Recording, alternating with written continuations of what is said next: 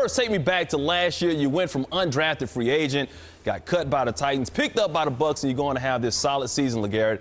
How would you describe your season? I had a really good season, you know, for a rookie, undrafted free agent. It was a lot of fun, you know, just being on the football field again, just after missing so much time at Oregon. I worked hard. I did everything I had to do to get on the football field. You know, Cadillac and Running took me up under their wings, and you know, just kind of molded me into a pro and how to do things on this level of football, and just being in their presence and being able to get on the football field and play as much as I did as a rookie and rush for 1,000 yards undrafted. It was amazing. So I had a blast. It was amazing. You mentioned your time in Oregon. Of course, you missed most of your last season there because of the incident you had against Boise State. A lot of people remember. But coming from your background, everything you went through, how much did you feel like you had to prove this season? I had a chip on my shoulder. I feel like I had to prove a lot. You know, I know I was one of the better talents in the draft. Unfortunately, my name didn't get called, so you know, I had a bit of a chip on my shoulder, and I wanted to come out and do everything that I could do to prove to everybody, you know, all 31 teams that didn't give me a chance, to prove to them that, you know, they lost a really good player, and I'm thankful that Tampa Bay gave me that chance. You know, it's a blessing from God to be able to be in the situation that I'm in right now. Well, if you had that chip on your shoulder, it was a light chip, my man, because you know, you got some skills when it comes to athleticism. You had some highlights this season. 2 of them, you actually hurdled defenders. One was a good friend of mine named Kerry Rhodes. When you see the film of those plays, when you look back on those plays, what goes through your head? You know, it's crazy. I don't even know what goes through my head when it's going on.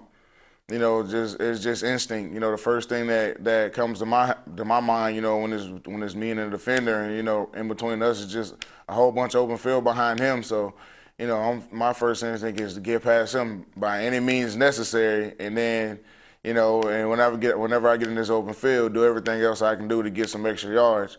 You know, and I kind of blank out after I do it, and then, you know, next thing I know, I'm back on the ground running again, and then I see the replay, and you know, it's just looking at it on film.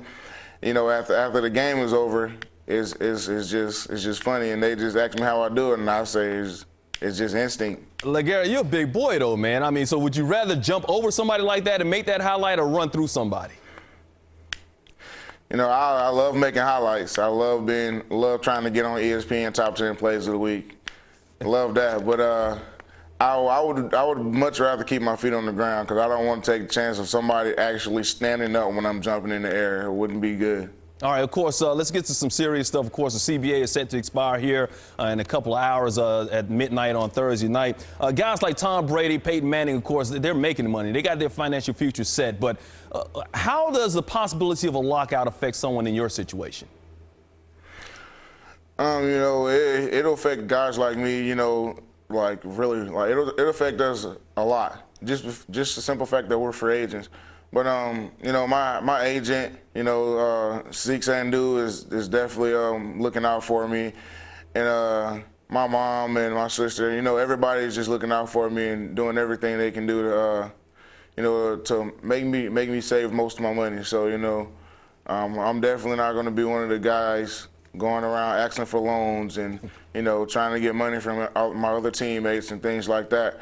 I'm going to definitely be one of those guys that save up their money, and, you know, whatever happens, happens. And, you know, I'm going to definitely try to be prepared for when this lockout happens. It's good. Let's just hope that it don't last long. Absolutely. It's good to have friends and family members like that. I usually go to Skip Bayless whenever I need money, and that's quite often because he's got a lot of it. My man, LeGarrette Blount, man, let's hope that you're back out on the football field along with your peers. We're not going to have a lockout this season in the NFL. Enjoy watching you on the field, and thanks for hanging out here on First Take with us today. Thank you. Appreciate you for having me on.